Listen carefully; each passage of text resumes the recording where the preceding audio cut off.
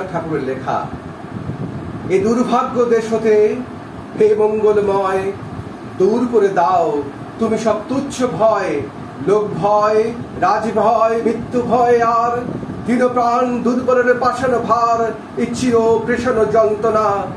ধুলিতলে এই নিত্য অবনতি, দ্বন্দ্বে পলে পলে এই আত্ম অবমান অন্তর বাইরে, এই দাসত্বের রজ্জু তস্ত্রত শিরে, সহস্রীর প্রকান্ত তলে বারংবার মনুষ্য মর্যাদা গর্ব চিরপরিহার।